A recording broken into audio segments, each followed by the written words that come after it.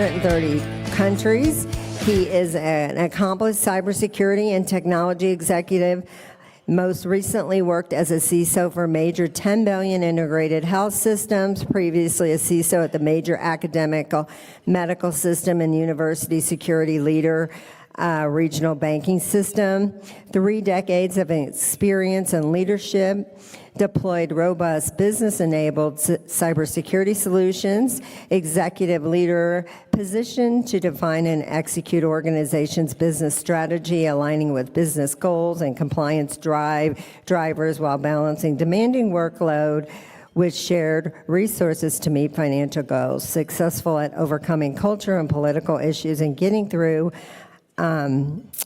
and getting things done. Confident communicator, offering high caliber presentation, collaborations, and closing skills. Today, he is going to speak on navigating cyber insurance claim and losses from vendor-related incidents.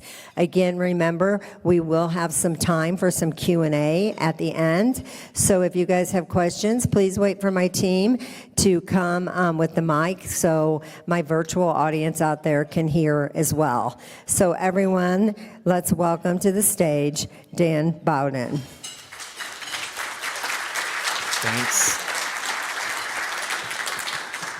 All right. Thank you, everyone. I did a little bit of I'm going to do a little bit of an audible on the questions. I have a little more time and quite a bit of content, so I will take questions as we go. I gave Lorenzo a heads up. He looks pretty fast. If you'll just give him, if you have a question, raise your hand, and if he doesn't see you, I'll point, but if you can just give him a few seconds to get over to you. We like to have the mic so that all those on the virtual session have a chance to hear what you said as well. I appreciate the opportunity to speak with you today, and happy to see a lot of familiar faces, and hope to catch up with all of you later on today. Just to get to know some of you as an audience, because I've got a lot of content that is applicable in different ways to different groups. Just in terms of like security leadership, who's a CISO or director of security in their organization? And then if you could just leave your hands up for a second, are you also have responsibility for business continuity or business resilience? All right, good deal. And then you can drop your hands. Others that are on do incident response. Any incident response people? Vendor management people? Third-party risk people?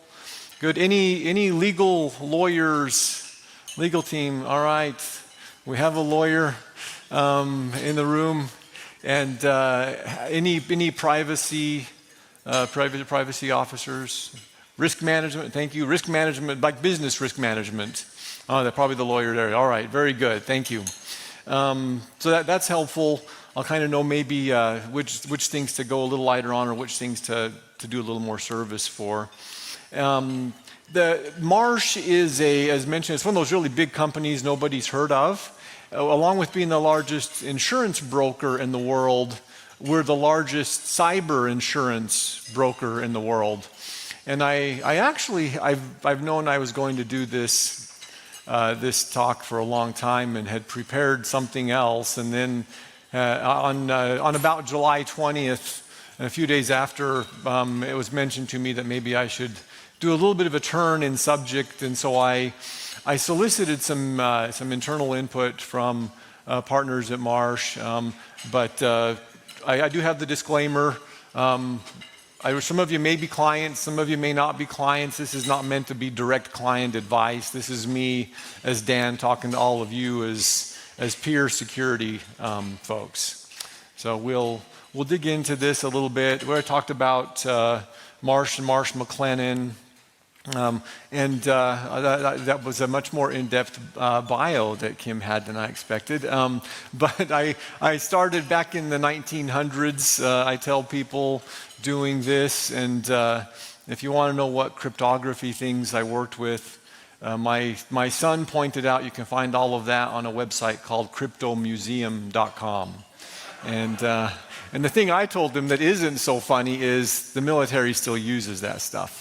So, and then the retail place, I worked at American Stores Company for a long time, if you remember that. They eventually merged with others. I was at Zions Bank Corporation for a while, University of Utah for a long time, about 10 years, Centera Healthcare, and then I joined Marsh. And I love working at Marsh, and it was a lot of fun coming in to Marsh having been a client prior at Marsh. And what's interesting with Marsh is being, we worked with any kind of insurance your company needs, property insurance, flood insurance, cyber insurance, any given thing we do that. But on the cyber insurance side, when one of our clients has a claim, we're the first person they call. So you can imagine that cyber advisory / brokerage team is very busy. And just on a normal day, do dozens of phone calls. And you can imagine the last week or two of July, they were doing many, many more. So they have some interesting insights on this. And I'll kind of point you to Marsh's, either their website, or if you want to go on their LinkedIn feed and follow them, they'll give updates on what's going on with the notable event in July with CrowdStrike and Microsoft. But I'm going to talk through some high-level things a little bit just to set some context. I think vendor risk management, hopefully we all are working towards a more robust scenario and process there. A good discussion with the last panel. All the panels and speakers have been great today, but I like some of the discussion about vendor risk and how we manage that. And it's tough to know, did you ask all the right questions or did you ask the right questions? Along with managing vendors, I'm a vendor for all of those clients that Marsh has. And we occasionally get a 900 questionnaire. And so I know what it's like to be there. And I think it's a challenge to know, not just did we ask a whole bunch of questions, but did we ask the right questions? And then in those contracts, there's only one lawyer, so it's not going to be a joke that hits very good. But I say the first problem with contracts is lawyers. And then the second problem is no one reads them afterwards, or very often they don't read the contract afterwards. No, they don't really know what it said. Who was accountable to deliver what? And so it's an important thing to capture when you read that, especially, you want to know if they have a vulnerability management process. That's good to know. Okay, and you can move on from there, but what are they responsible for? And you know how it is as a company, you may not get your vendor, they probably aren't going to give you all of their unredacted pen test results, but if they can give you some assurance they have an effective program and they have internal targets for remediating things, and then on incident response, not just for the vendor, but for yourself. If a vendor has an issue, what will you do? And I'll be jumping into that on the next section, but how important is each vendor? Because they're not all equal, and you may not always know for sure. As an IT or security person, there may be some vendors you're not aware of that are very important to the organization. And this is where we get into business continuity. I had a great time. Marsh divides our business units up globally, and one of our regions is for the UK. And I had a great time with them. They did a business continuity exercise, and they said, hey, we're going to pretend all of Microsoft went down. And so they ended up looking pretty smart on July 19th. But at the time, people were like, well, in what universe is that going to happen? And but they said which vendor, if it went offline, would kind of wreck the business the most, and what happens after 1 day, after 2 days, after 3 days, etc. And so that's an important thing to understand, because I asked that question about business continuity and resilience with CISOs. In a lot of organizations, they don't do it, but if you consider that confidentiality, integrity, availability, kind of triad of big picture cybersecurity, it falls in that availability category. And so that's why I like to ask that question to understand where everybody's coming from on that. Now, in terms of kind of the setting things up, and I don't know if your organization has done this, but it's important to say, well, what are our most important applications or our most important services, and what supports those? And how do you kind of uncook all of that to know who supports it? And so we have this exercise, and sometimes there are regulatory means where in some jurisdictions and some countries, they require entities in particular segments to prove that they have identified all of their important business services and who provides that. And so we had back that UK example, we had a vendor fail horribly last summer. And it was wildly impactful. And after several days and weeks I won't say who it is, but afterwards I'll tell you, but they were in the news. Their CEO got fired for the way they handled the circumstance, but finally reached the point where we called them and said, we're insourcing everything you do, and starting on Monday, and then we're going to divide all the people that do the work for us on your team, they now work for us on Monday, and we're going to transition them over. So literally over a really long weekend, we insourced all of that. And the business executed it beautifully, but it's because they knew how all of this worked, and they knew down to the person and the laptop what was needed to bring that business back in. And I was amazed at how well they did it. And so it's important to understand, well, what are those targets and how do we do that? And I won't read every one of these lines to you, but and sometimes we say, well, my CMDB captures this. That's great. Not many organizations have a CMDB that's that good and that accurate. But I would spend time with your organization understanding what are the things that make our money, the things that manage our risk, the things that service our clients, what makes us maintain as an ongoing entity, and what are the technology, the resources that are needed to support that.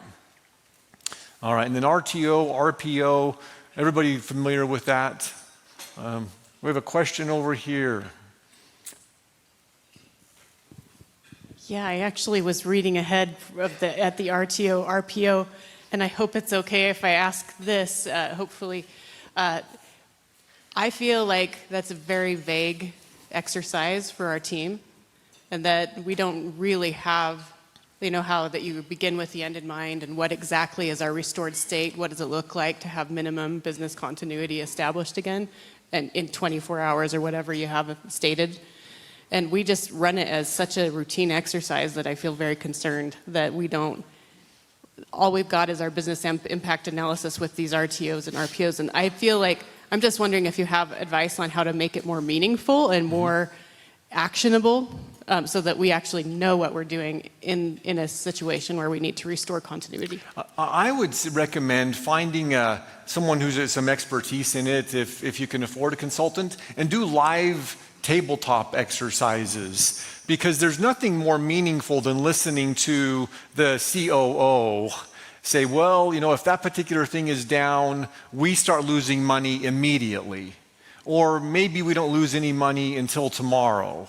And when I was in healthcare, what was interesting is the EMR. If you think 15 years ago, all of the nurses and doctors knew how to do paper charting. They were used to that. Today, the only ones who get any practice at that are the ones on that one Sunday a month when they take the system down to patch for 4 hours. And they try to do it at the least busy time for the emergency room possible. So they don't know how to do that. So the question there is, if this is down, how long until patient safety is an issue? And it might be the ability to code, it might be the ability to prescribe meds, et cetera. It might be the ability just to move patients. And then on the money side, does it delay admissions? Does it delay discharges? Does it, so there's a lot of things to ask of when, and that's the best thing about those business leaders in the room. They know better. IT people everything we do is important, right? It needs to be restored as quickly as possible. But sometimes you'll find the business people will say, you know what, actually, we could do this other manual thing for a week or for a month. And we may not know that until we hear them describe it and walk through it. Like payroll. We'll take a virtual question here in a second, but payroll, the example there is, the CFO will say, I'll just call a bank and tell them to run all the same paychecks they did last time. I mean, there's going to be a 5% miss rate, but we'll go find those people afterwards. But it's important to understand those. But I would get somebody come in and help you, someone who's independent. They don't work in IT, they don't work for the business, but they know all the questions to ask.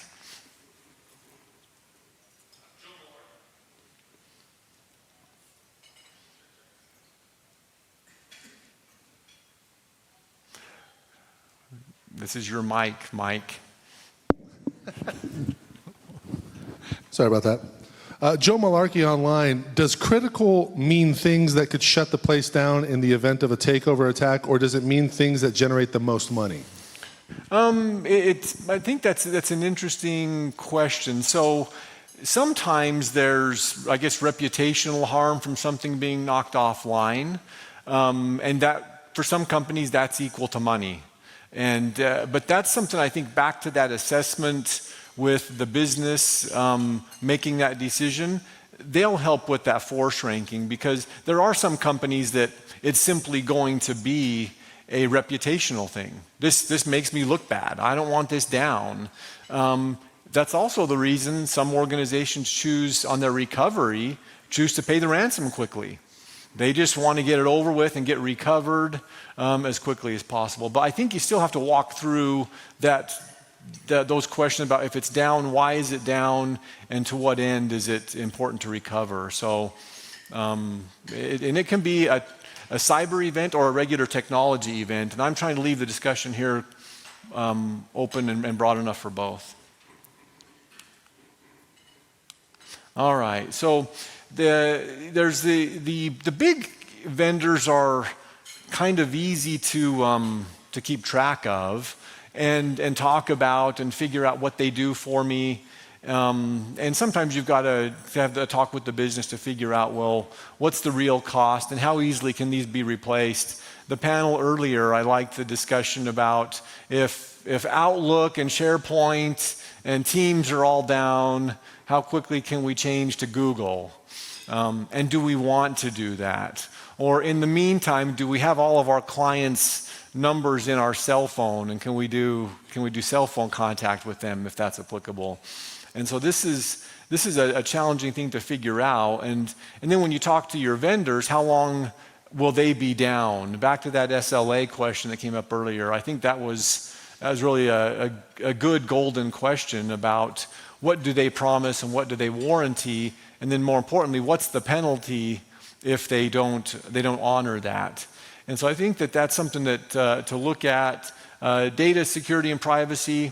I'm only going to brush on this a little bit lightly, even though we're a lot of security people. But I think that we're doing a better job here of asking the questions about protecting data and reporting when there's an unauthorized disclosure. And sometimes you can have a security event that's not a privacy event. But in the days of how in-depth technology is, a privacy event is usually kind of begotten from a security event. So it's important to get those things lined up as well. What are the key controls that you and the vendor work together on? And are there things that you've integrated where you have shared controls in place, especially back to that cloud discussion? So this vendor performance, the LOL is not laugh out loud. It's limitations on liability. This is going to come up a lot. So the July 19th event, and you've already seen the headlines of kind of that Delta, CrowdStrike, Microsoft, everyone doing the finger pointing at each other. I think that's what really the most value, especially when you're talking with your legal team who reviews your contract. What is the appropriate dollar number for liability? A lot of the vendors, they're going to baseline as saying, hey, we're never going to pay more than the value of the contract, meaning we'll refund your money. But if it's a situation where you could lose more than the value of the contract in a day, what you need to have some hardcore conversations internally about what will you do about that. Can you negotiate a bigger LOL with that vendor? And so these are the things where the pressure will start to mount in ways that the security team may not have dreamt about. Is the amount of money being lost could exceed the value of what you're paying the vendor, and often what you're paying the vendor is what they will commit to on a limit. And it's hard to get vendors to commit to more. So I'm going to dig into the end, thinking with the end in mind. You want to backload into that LOL based on what happens. You need to play out that event. How much do we lose? So back to the question of RTO and RPO, also how much money are we losing in that time that we may need to have? Is there a remedy getting that back from the vendor? And frankly, I haven't seen, I don't have a lot of experience seeing how these things get played out, but that's a big deal to determine. And we'll come back to that in another section here in a few minutes. The intellectual property, I would say if you do any kind of joint projects with vendors, you co-develop platforms.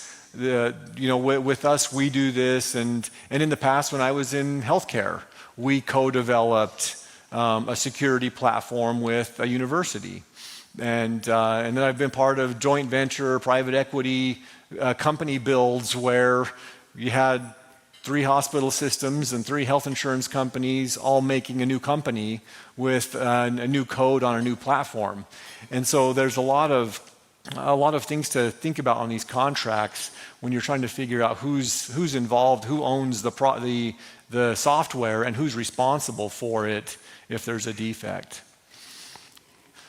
So early termination, I would say anytime you sign a contract, you should already be thinking about the next contract.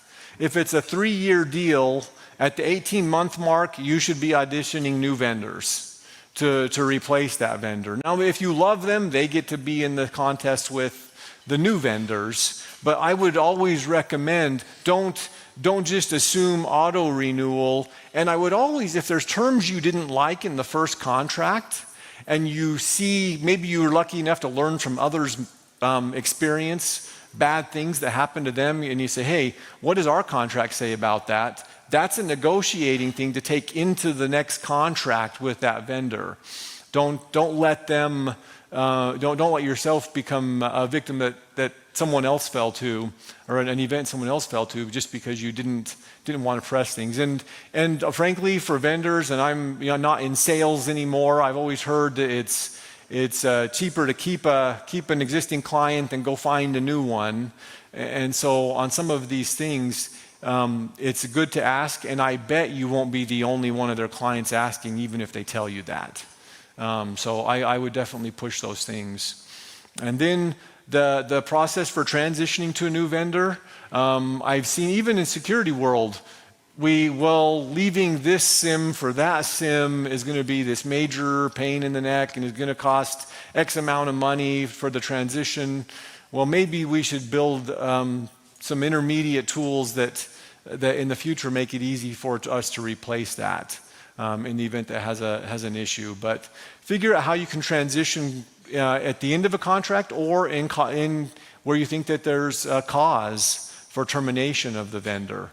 And those are tough conversations. Often that won't just be you as the CISO. Those conversations usually go all the way to CFO, CEO, because if it's a big relationship, it generally makes news. And so you won't, the good news is you won't be in that discussion on your own usually. All right. Now, I guess the fun and not fun part, depending on your point of view, this might be kind of interesting. So insurability, And if you just step way, way back, and step back from technology and cybersecurity, who's ever filed a car insurance, health insurance, home insurance claim and had it rejected? No, I'm the only one that's ever had a, wow, okay, I'll have to, you guys deal with really good insurance companies. But it's the idea going into this is understanding what's insurable. And I think that will be a great point of contention when a lot of these lawsuits play out. And depending on how bad things get, it could go for several years unless they elect to do some private settlements. But insurability is really, are you doing something that's insurable? This is what Marsh does. So if you're engaged in an activity or a business, or you have property or assets or whatever it is, and you believe there's some sort of threat of loss that you would like to, and you choose risk transfer, meaning insurance, as a method to reap back or recover from that loss. That's what insurance brokers do. They come in, they look at that, and they say, well, this is what we think is insurable and not insurable based on what factors. And for some of us maybe who've done, when you go renew your health insurance, sometimes your company offers a special deal on your premium if you'll go in and do the blood test and do some other things. What that's doing is you providing some individual baseline evidence of insurability. And so that's what happens in technology and cybersecurity events. And if you ever want to talk, I have a whole different presentation on the cybersecurity insurability side of things. But it's important to understand, well, what are we looking to have insured? This is the really short, simple list that things come down to that we talk about. But you'll want to, in terms of proving insurability, one, you've got to prove that there is a threat of loss, and then two, generally prove you have some kind of measures in place on your own to try to manage that particular threat. Now, when it comes down to issues caused by other parties, and we've got clients that flooded in a whole bunch of claims over what happened on July 19th.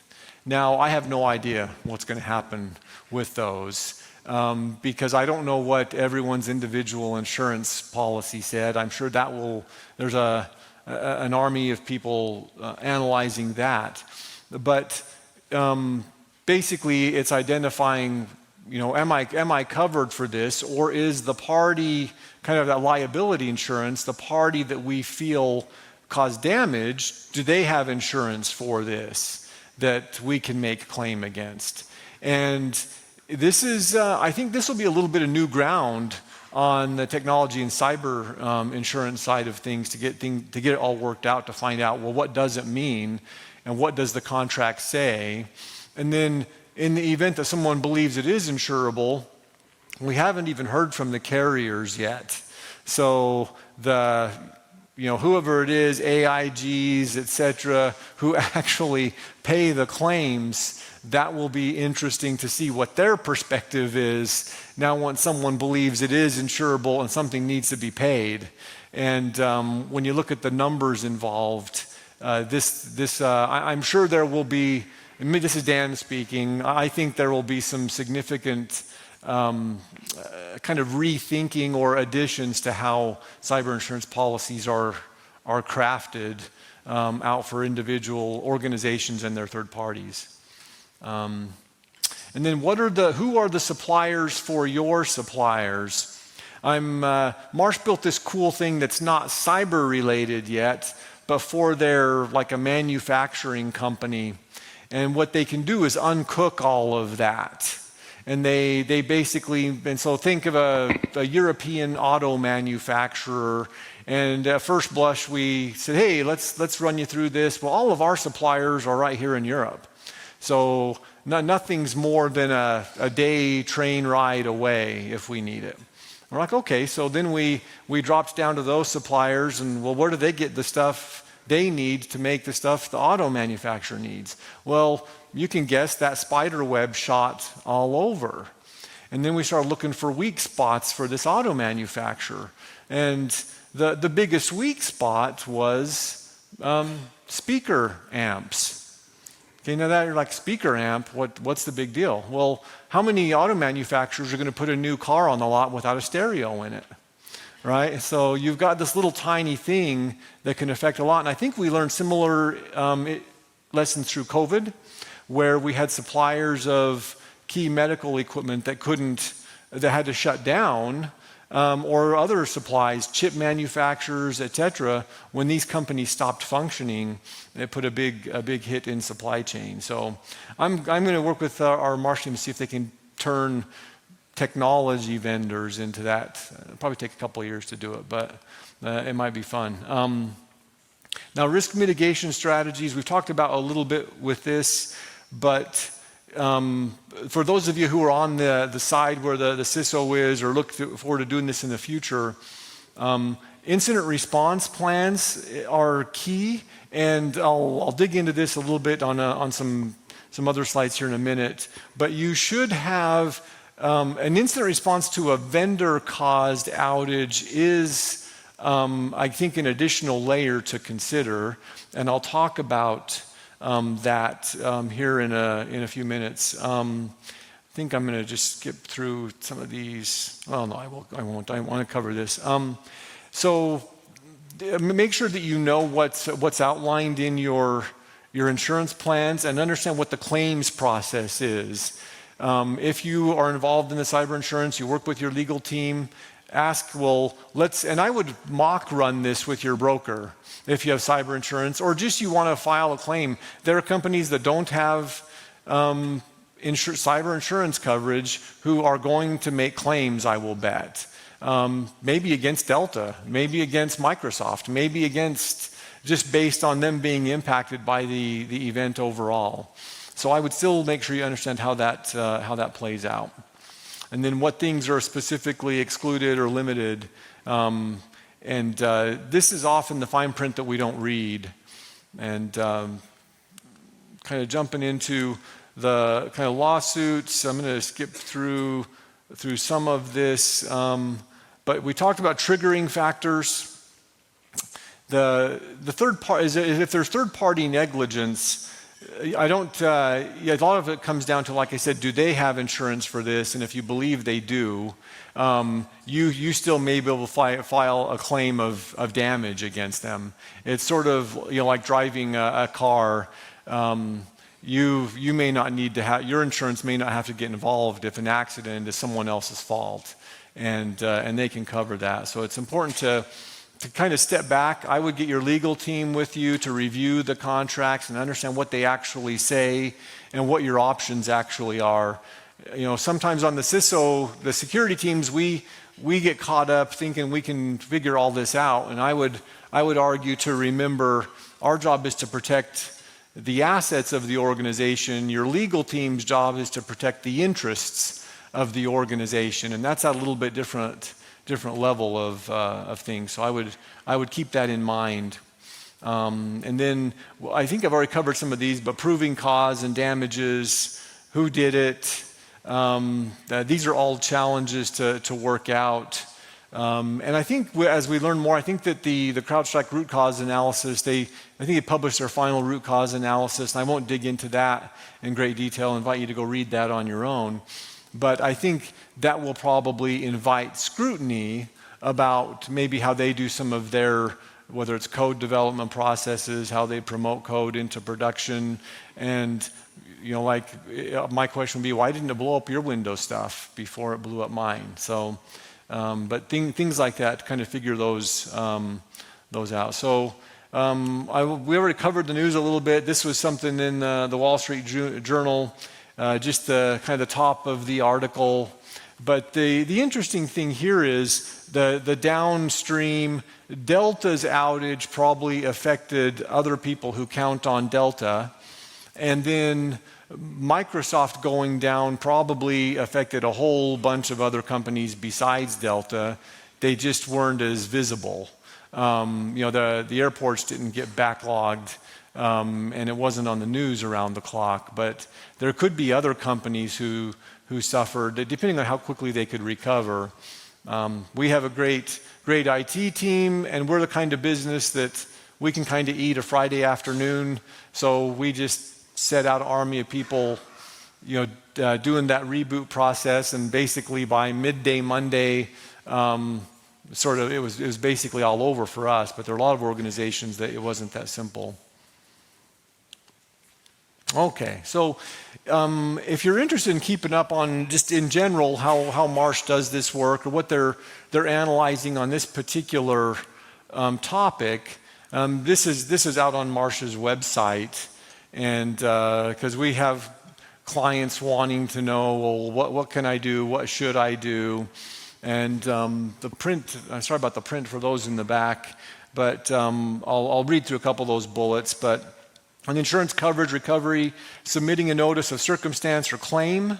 So we want them to give us notice, review their current insurance and policies, get their legal team to make sure this is something to submit a claim for, or their risk management team. And then identifying specific operational impacts. What are you filing a claim about? What do you think you lost? And then on event management, figure out how to engage technical assistance if you need it. And then if you have crisis management communications, if your business was knocked way offline and you provide critical services to somebody, maybe you need to get some news out. So a lot of health systems, ate some days of downtime as well. And so that's where critical communications comes in for them. And there was about eight or nine points that Marsh brought up, but this gives you some excruciating detail of what Marsh is telling their clients on the website. Be ready for all of this, because I think initially they're just the phone's ringing and we've got the risk management team from an organization on, and so I think we quickly try to put this together to let clients know, come up with these things. I would say as the CISO. Our security team did the IR for this just because it was one of our tools. I think we were kind of in by association, and since we started it, we went ahead and finished it. I would get an independent person to help do diary logging of everything you did, everything you found, what day, what time, someone to time track things for you, because you're going to forget things. While you're trying to fix and recover. People who know how much something costs when it's down on the financial records, communication records. If you believe there's a claim that's going to be filed, your legal team may say, hey, I want to put all of this, I want to hold all of this stuff for a potential review. And so that the email may be tagged later, and then kind of gathering up everybody who was involved. Like I said, the points go on and on. Precise period of loss, what you lost, what was affected, when was it back online. And if you had 5,000 servers and 300 applications, when did they go down? When did they come back up? It's going to get that detailed, because if you're going to try to file a claim, take someone to court, it's going to get like that. And so you'll want to make sure you've got that information if you think you have any appetite at all of pressing this ahead, because the carriers who have to pay out are going to press for this information as well, and are going to do what they can to only pay you what they think you're entitled to, right? Establish a baseline. So what was your financial performance of your company during normal operations, and what happened to it during this event?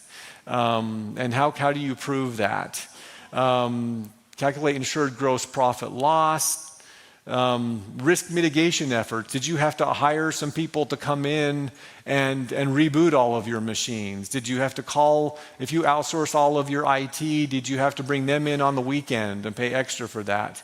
And then, oh, by the way, the carrier's going to claim, well, maybe you saved some money while this was down as well, believe it or not. So we're making a point to to think about that. Well, was there something that the downtime saved us? Were there some suppressed expenses? Expediting expenses, did you have to pay to get things done more quickly? And so there's a lot of things that go into the overall process with this to get this, I guess you call it a comprehensive approach on economic loss. And this is I think as some of you you move into the security team leadership, or maybe you're in a role where you're working with documenting things on incident response, vendor management.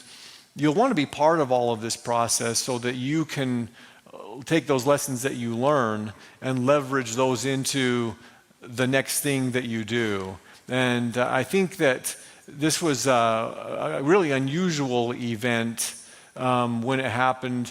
The magnitude, I guess the initial blast zone was impressive, right? This was global. Basically every Microsoft device that got the update, that was online and got the update, went down, but it also was a very quick fix. So most organizations weren't down for, except for Delta, weren't down for an excessively long time.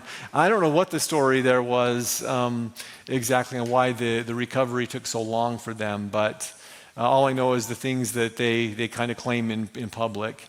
But I think that in terms of your organization, it's important to figure out how you work these things out. Kind of just some. I'm gonna wrap a little bit early here, but the important business services. Just to kind of summarize things here. If you, and sometimes you work in a really big organization, maybe you've never sat in a tabletop exercise, try to get that done so you can listen to the COO, the CFO, et cetera, talk about, well, if that goes offline, we're hurting this much. And often they can put those in qualitative and quantitative measures so that you have an idea. And when you're on the security side, figuring out how to do resilience, figuring out how to do vendor contracts in the future, figuring out how you're going to craft an incident response plan if that vendor's offline, these first two bullets feed all of that. And I will say it's a tabletop with your CEO is the funnest thing you could do. I would say if it's not, maybe you didn't do it right. But I think we all in our mind have an idea of what risk tolerance for our organization is. You find out what risk tolerance really is when you're sitting there with the CEO. And when the person running the exercise looks at the CEO and the CEO they tell the CEO, well, you've been asked to pay a ransom. And the CEO says, well, what's a ransom? And well, it's $3 million. And the CEO just kind of glances at the CFO like, well, go take care of that, and doesn't even, so you're learning something there, right? You've learned, well, one, he'll pay. Two, he didn't even, and after the event, I was in one of these, the person running it said, well, what if I'd have said 30 million? The CEO said, well, I'd have told him the same thing. I'd have stepped out and called the board. But in terms of what we do, those tabletop exercises are gold. I mean, you learn right away.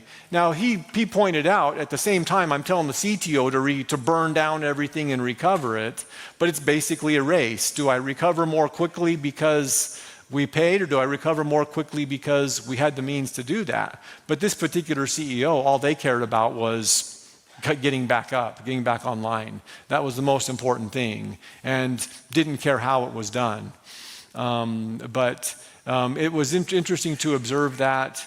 And then understanding, kind of unmapping critical services providers. I know a lot of us, depending on where we are in our career and what we're doing, we may not want to get into this level of what happens in the business. I got a pretty diverse set of groups of folks here, young people and people my age on the old side.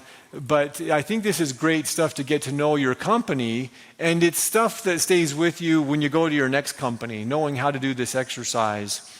And then sometimes this partner with many, sometimes I've seen security teams or CISOs who they just want to shut the door and manage the incident themselves and not really include anybody until they absolutely have to, I'd say that's a terrible idea. I would get all of the leadership support you can as soon as you can, especially in a circumstance where you think, if you have an inkling to call your cyber insurance broker, I would always do that. If you're paying for cyber insurance, you might as well, there's stuff you're paying, kind of like health insurance. If you pay the premiums all year long and never use it, you've got to do math later on about the value of it. And it's the same thing with cyber insurance. There are some things that just come with your policy. Talk to your risk management team that negotiated the contract and find out what those things are. You can have forensics done, things like that, to figure out what happened. But it's important to know, kind of have this extended incident response team to help you with that. And then on the side, if any of you are interested in knowing more about Marsh or what's happening with Marsh, I know our CEO, he said, hey, we're always talking to risk managers in organizations about cybersecurity and insurance and things like that.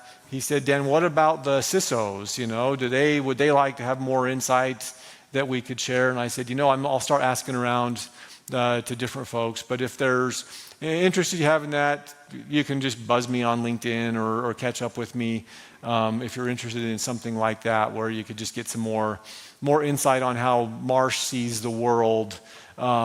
They have, along with insurance brokerage, an army of threat analysts who spend all day. You can go Google Marsh Cyber Analytics Center, and they gather data about threats and vulnerabilities all day long, and are happy to help with help sharing that information out.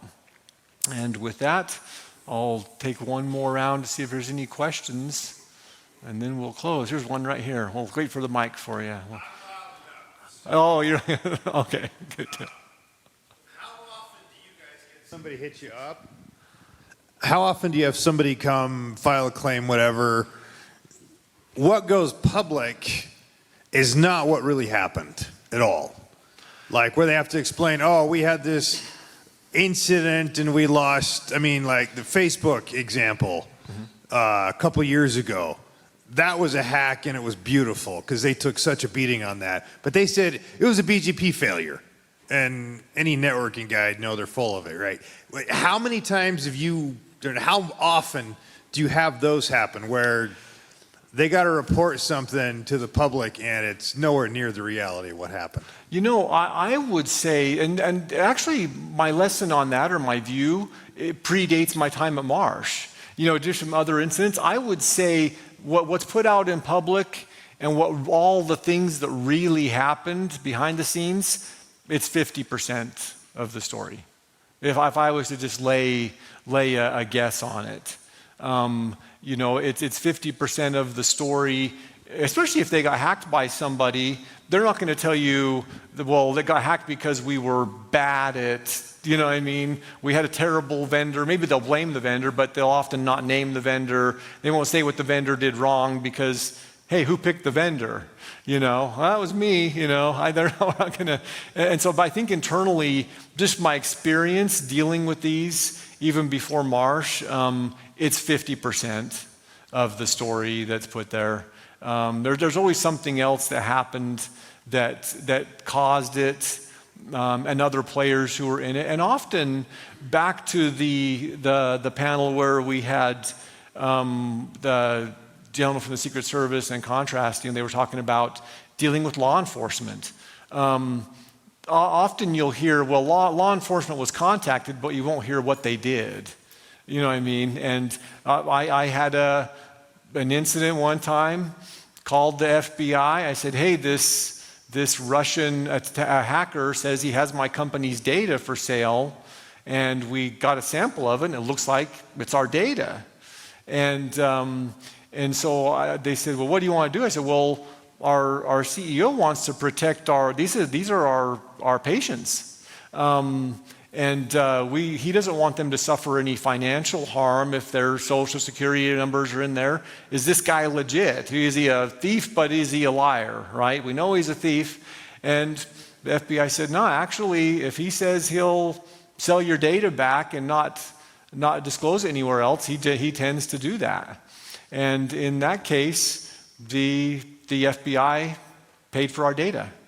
So we were ready to do it. And I said, hey, we're ready to pull the trigger. And the FBI, the cyber division guys, hey, can you give me a day or two? I'm assuming they paid for the data, but next day he called me, they showed up, had all of our stuff printed out. And so that's the kind of stuff, all that back end stuff, the forensics, who got involved. They'll say, well, we contacted law enforcement and we're able to protect our patients. That's what you end up hearing. But you won't hear some of the interesting things that happened or how badly the organization may have flubbed up on their security. That doesn't happen very often.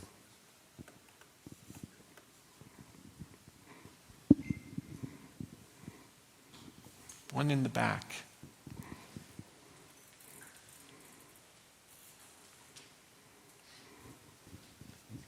My name's Gary Eckman. I work for a company called Dyno Nobel. We sell explosives. We're the second largest explosives provider in the world. Nice. We actually work with Marsh. They help us with a lot of our insurance portfolio. We actually ran, just to kind of reinforce what Dan was saying, we ran a tabletop exercise with our ELT. And we were able to get 6 hours from these guys. It took a lot of convincing. I had to get the head of the global crisis management team to assist me with that. But we got them in a room, and we got a lot of great feedback. We actually had 3 business unit presidents and 3 equivalents to the chief operating officers in the room. And we went through basically this full ransomware scenario, and we would do injects throughout the exercise and say, SAP's down, or different systems were effectively impacted. We did hear from the CFO and COOs, oh, well, if that system's down, it's going to mean X million dollars within the first day or first 3 days. That was really powerful, and it gave us a lot of material to support some definition around why cyber risk matters. And just 2 questions that I would pose to your ELT if you get them together in these ransomware tabletop exercises is, 1, can I have the support of your functional leads to run business impact analysis to understand what are your crown jewels? What are those most critical systems that support your business processes? That's one question. The other one is shadow IT. If I have systems that I don't know about and are not protected, then I can't recover them. And so it's just really important to conduct those exercises, number 1, get that feedback from your leadership team, and then ask those questions, because you get a lot of support. And we ended up doing a whole bunch of business impact analysis after that exercise. And thanks to Marsh for helping us get some comp from our primary insurer, who helped pay for the exercise, actually. So Nice. Anyways, thanks, Dan. It was thanks for sharing than that. a question. I appreciate that. That's awesome. Great story. Any other questions? All right. Well, you appreciate everybody, your time and attention, and hope that you have a great rest of your day. Thanks a bunch.